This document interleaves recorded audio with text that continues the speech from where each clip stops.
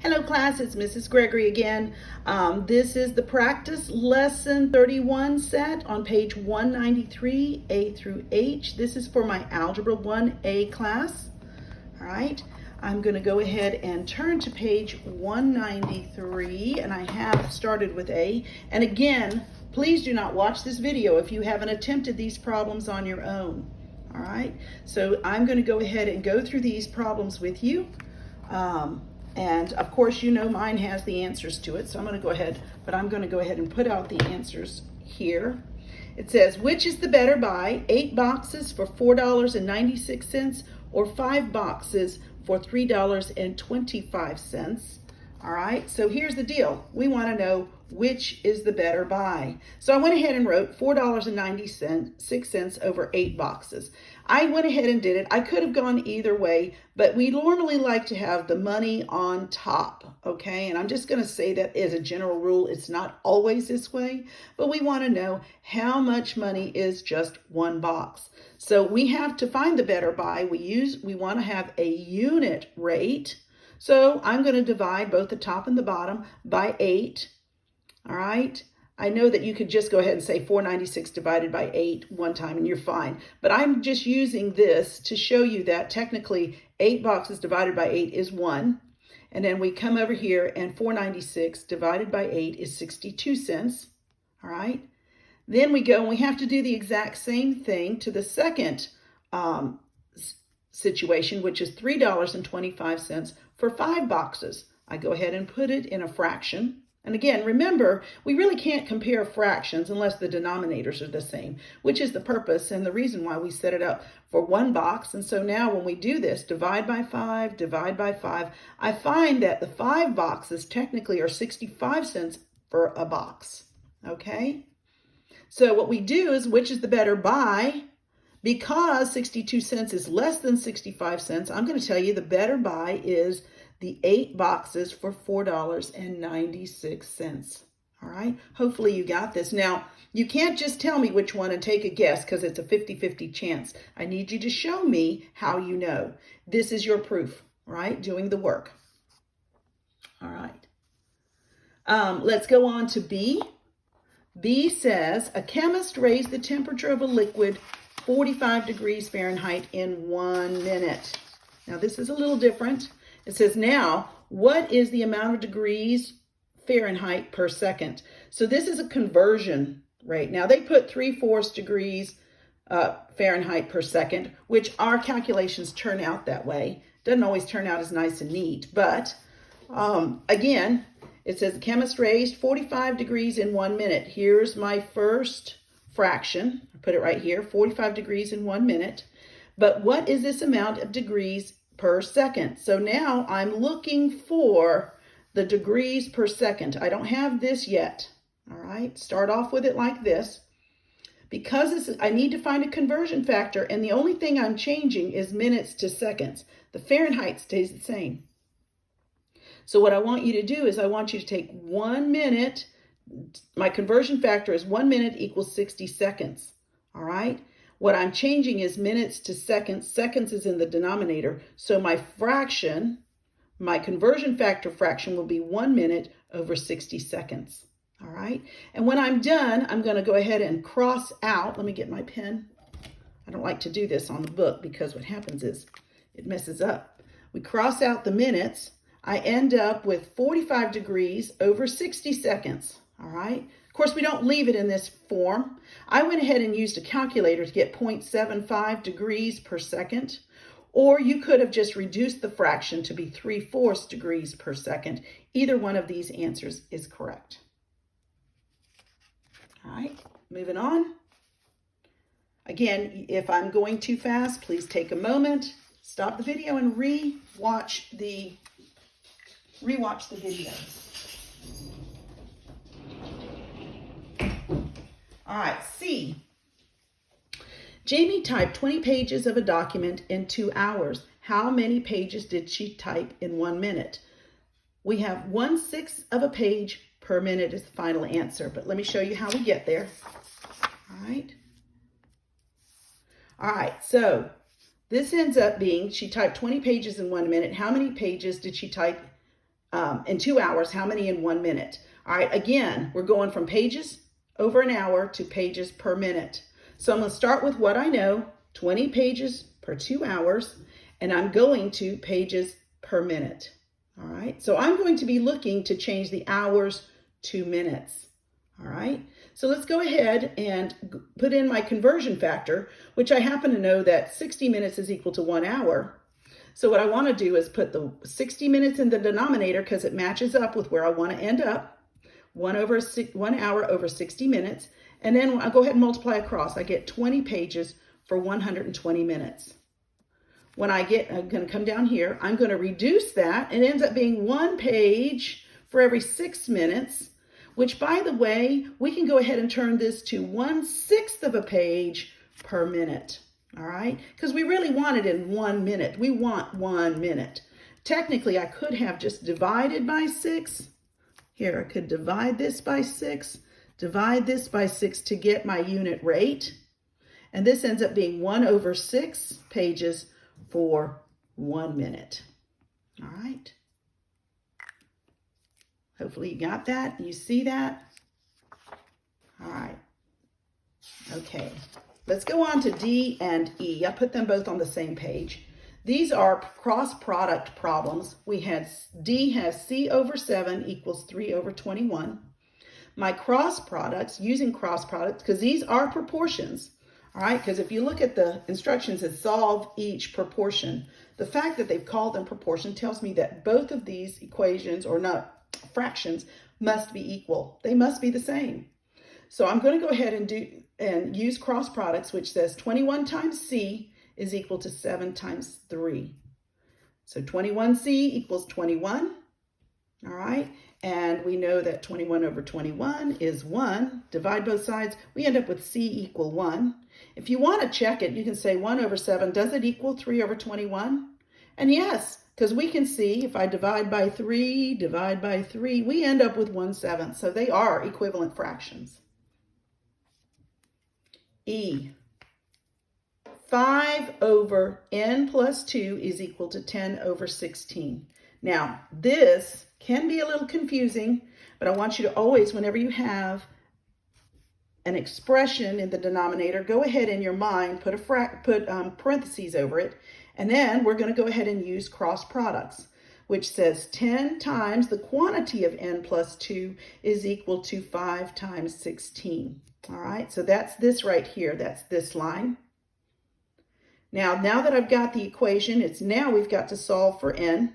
And one of the things we always do is, number one, we simplify both sides. All right, this side we will use distribution. So it becomes 10n plus 2 times 10, which is 20. And then, of course, 5 times 16 is equal to 80. I end up with 10n plus 20 equals 80. All right, I'm going to isolate the term with the n in it and subtract 20 off both sides. I end up with 10n equals to 60. But I don't want 10n, I just want 1n. And so what I do is I divide both sides by 10 and becomes n equals 6. Now I came over here and I did a check. All right, does 5 plus n plus 2, which is 6 plus 2, does it equal 10 over 16? Does 5 over 8 equal 10 over 16? If I reduce this by 2, guess what? I end up with 5 over 8. So yes, they are equivalent fractions. All right. Going on to F, we got word problems. All right, again, read word problems more than once. All right, write down what you know and determine what you are looking for, and write down what are you looking for. So that's what I did. The ratio of blue chips to red chips in a bag is 5 to 7. The bag has 60 chips in all. Find how many, I added a word, how many blue chips and how many red chips are in the bag. All right, so let's go ahead and put the solution to F. All right, make sure I get this in. All right, it says the ratio of blue chips to red chips is 5 to 7. Okay, and the bag has 60 chips. All right, that's the basic information. This is what I know. Now here's what they're asking. How many blue chips are there and how many red chips are there? Now granted, I didn't do exactly. I just went ahead and shortened my sentence. All right. Now this is what they call a two-step, because first off, they gave me a ratio of blue to red chips. And then they tell me how many total chips there are. So I know that the ratio of 60 is still in 5 to 7 ratio. All right. So I need to know that the red and blue, I need to know in total how many chips are there. If I use my ratio, all right, then I have 5 plus 7 equals 12 total. All right. So what I want to know is specifically how many of the 60 chips are blue. So I come over here and I've got the number, using the ratio, I've got blue to total ratio now. And this one's red to total. All right. And I went ahead and did both of them separately, but I did them together kind of. So this becomes 5 over 12 equals B, which is my variable, I don't know what it is, over 60. 60 is my total. And this side I did for the red chips, 7 over 12 equals R is my variable, over 60. All right. Now as we go down, we're just going to solve using our cross products. We said what's 12 times B equals 5 times 60. That's this line here. And then I solve for B. 12B is equal to 300. Divide both sides by 12. I find that B is equal to 25. I will do the exact same thing. 7 over 12 is equal to R over 60. My cross product says that 12 times R equals 60 times 7 right here. All right, so I end up with 12R equals 420. Divide both sides by 12, and I find that R, the number of red chips, is 35. There are 25 blue chips and 25 blue chips and 35 red chips in the bag. If you add those, 25 plus 35, we're going to get 60. So that's how I know that's correct. Do that. Make sure that you check your answers. All right, see if they make sense. All right, let's go on to G. G is a little bit more complicated, but G is just like our example 4B. All right, so if we looked at example, it says, let's go ahead and read it. It says a map shows a 5.5-inch distance from Orange City to Newton and a 3.75-inch distance from Newton to Westville. The scale on the map is 1 inch equals, or 1 inch to 100 miles. What is the actual distance if you drive from Orange City via Newton to Westville? Okay, so we're going to end up trying to find out that actual distance, all right? Because what they gave us was the distance in inches on the map, all right? And so I went ahead, wrote down that this was a map, and the distance from Orange City to Newtown, I don't know if it's Newton or Newtown, is 5.5 inches, but from Newtown to Westville is 3.75 inches, and then the scale is 1 inch equals 100 miles. This is the given information from that word problem. Now, the question that they ask is, what is the actual distance from Orange City to Newtown to Westville? Now, they said via Newtown. I don't know if it's shorter distance between Orange City and go straight there, but they want us to go through Newtown. So I'm going to go ahead and add those, which becomes, from the map, we got 5.5 inches plus 3.75 inches. And according to our map, that distance is 9.25 inches. All right. So I'm going to set up a proportional using my scale information and the actual. Notice I put my actual information here. I know that 9.25 inches equals the X miles. This is what we're looking for. We don't know for sure what it is. That's the mystery value. Okay, so we give it a variable. I'm calling it X.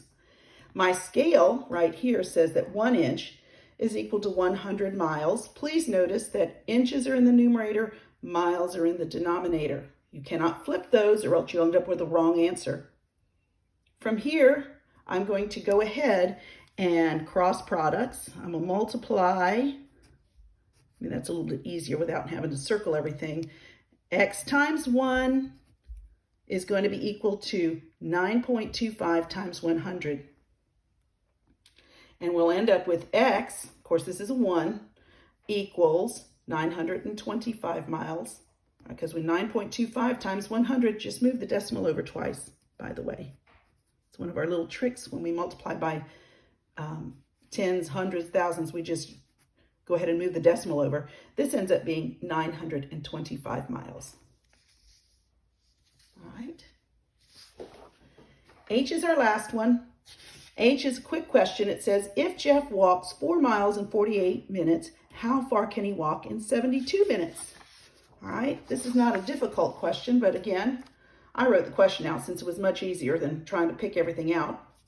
All right, so I know that 4 miles in 48 minutes is my first proportion. And it says, how far can he walk in 72 minutes? We're going to make the assumption that he's not going to stop and visit, that he's going to continue walking in the same rate, because this technically is a rate, miles per minute. All right, he's walking the same rate, so we're going to use this proportion. All right, we're going to assume that they're going the same rate. All right, so I'm going to use cross products, saying 48 times x is equal to 4 miles times 72 minutes. I went ahead and did this without all of this, without the units. I think it simplifies it, but you got to be careful. You got to know that x is going to turn out in miles, because technically miles goes with miles, minutes goes with minutes. Okay, when I do this, it ends up being 48x equals 288. Then I divide both sides by 48, and that gives me x equals 6 miles, which makes sense because he went 4 miles in 48 minutes, so he can continue. So this value has to be greater than 4, all right? So if he's going about the same rate, he should end up at 6 miles, all right? These answers should make some sense. I could go back and put 6 over 72 and make sure that both of these reduce to the same answer. Or I could go ahead and do cross products and make sure that 48 times 6 equals 4 times 72, just to check myself. But there you go. I hope you did well.